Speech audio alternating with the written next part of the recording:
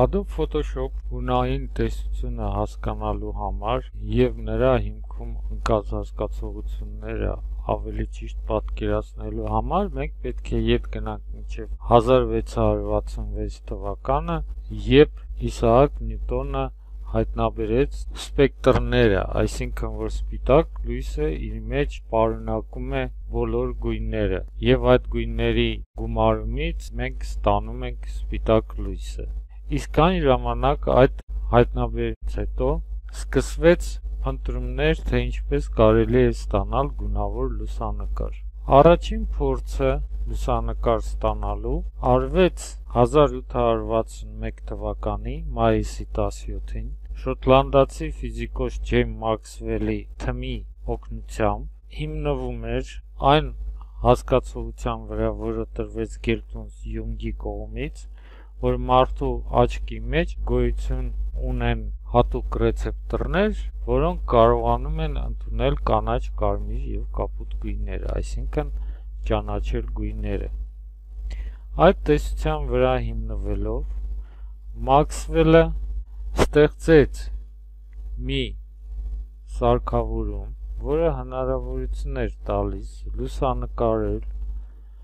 որևէ մի օբյեկտ և լուսանկարումը կատարել 3 ֆիլտրների օգնությամբ՝ կարմիր, կապույտ և կանաչ։ Այդ ստացած նկարները հետո պրոյեկտվում էին համապատասխան նույն ֆիլտրների միջոցով և հնարավոր եղավ ստանալ գունավոր լուսանկար։ Այդ գունավոր լուսանկարը, ժապավենի լուսանկարը, որ դուք հիմա տեսնում եք, ստեղծվել էր Մաքսվելի կողմից։ Այստեղ մենք հնարավորություն ունենք տեսնել բոլոր այն գույները, որը պարունակում են կարմիր, կանաչ և կապույտ գույների կողմից ստեղծված գույներ։ Adobe Photoshop-ը և ընդհանրապես մինչև այժմ էլ գունավոր լուսանկարչությունը հիմնված է այս հայտնաբերության վրա։ Եկեք այն ավելի լավ հասկանալու համար տեսնենք, թե ինչպես է դա աշխատում Adobe Photoshop-ում։ Adobe Photoshop-ում կա channel-ներ, որը դուք տեսնում եք հիմա բաց է այս պանելը, և նա իր մեջ ներառում է RGB channel-ը, կարմիր channel-ը, կանաչ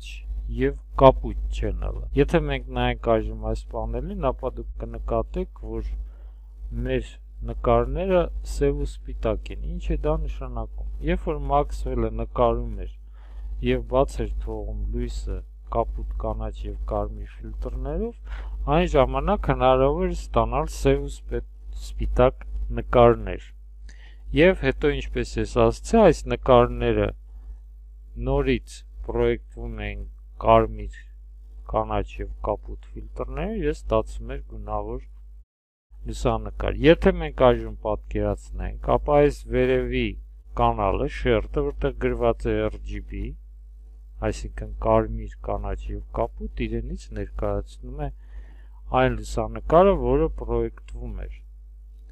Եթե մենք հիմա անջատենք այս channel-ներից որևէ մեկը, օրինակ կարմիրը, հետո անջատենք կանաչը, ապա դուք կտեսնեք միայն կապույտը, կապույտ channel-ը, որը իրենից ներկայացնում է սև ու սպիտակ։ Այս նկարի սպիտակ տոները դա այն տեղամասերն են, որտեղ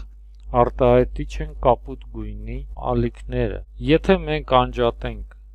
մնացած գույները և միացնենք կանաչը, ապա դուք կտեսնեք կանաչ գույնի, կարելի ասել երանգները, որոնք արտահայտվում են սպիտակ և սև կամ մոխրագույն գույների ինտենսիվությամբ։ Նույնը կարող ենք մենք տեսնել կարմիրի։ Եթե մենք այժմ միացնում ենք բոլոր 3 կանալները, ապա վերևում մենք ստանում ենք գունավոր նկար, ինչպես արեց Մաքսվելը։ Եթե մենք անջատենք միայն կարմիրը, ապա մենք կստանանք կապտավուն երանգներ որը ստեղծվում է կանաչ եւ կապույտ գույների օգնությամբ։ Կարմիր եւ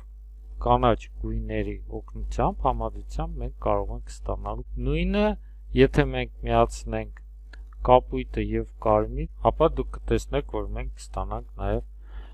կարմիրի եւ մանուշակագույնի երանգները։ Միացնելով 3 channel-ները միաժամանակ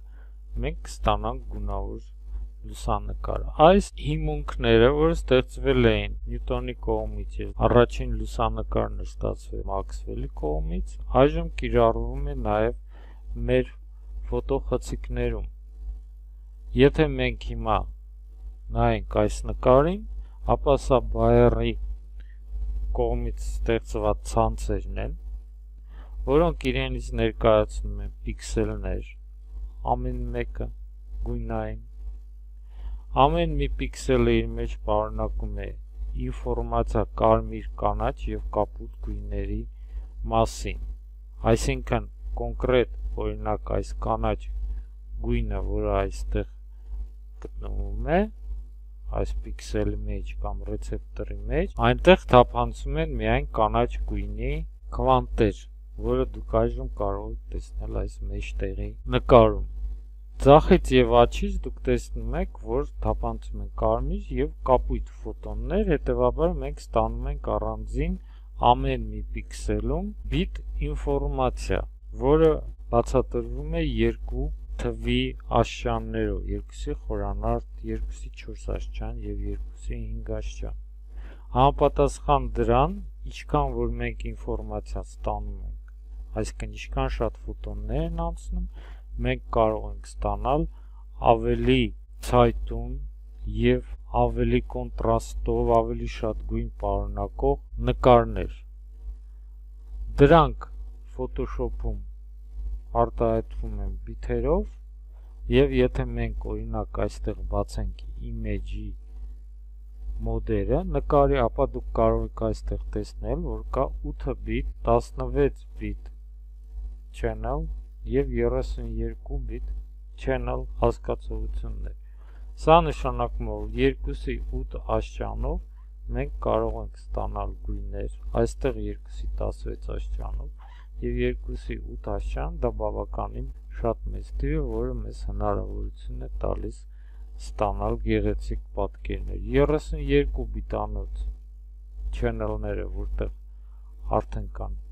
ավելի շատ գույներ, օգտագործում են HDR-ների համար, որոնց հետ մենք կծանոթանանք ձեր հետ։ Այսպիսով Photoshop-ի աշխատանքի մեջ ընկած է 1671 թվականի եւ 1666 թվականի արած հայտնագործություններ, որը մինչեւ այժմ կիրառվում է թվային լուսանկարչության մեջ։